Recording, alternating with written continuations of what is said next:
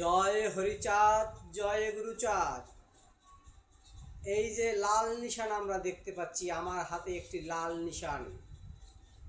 এই লাল নিশান মতুয়াদের জয় জয়কারের একটি প্রতীক। মতুয়াদের একমাত্র যে জয়, সেই জয়ের প্রতীক হচ্ছে লাল নিশান। এই লাল নিশান থাকবে কোন জায়গায়?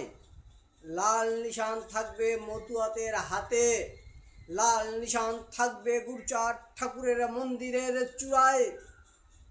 এছাড়া আমাদের আর কোনো চাওয়া পাওয়া নাই।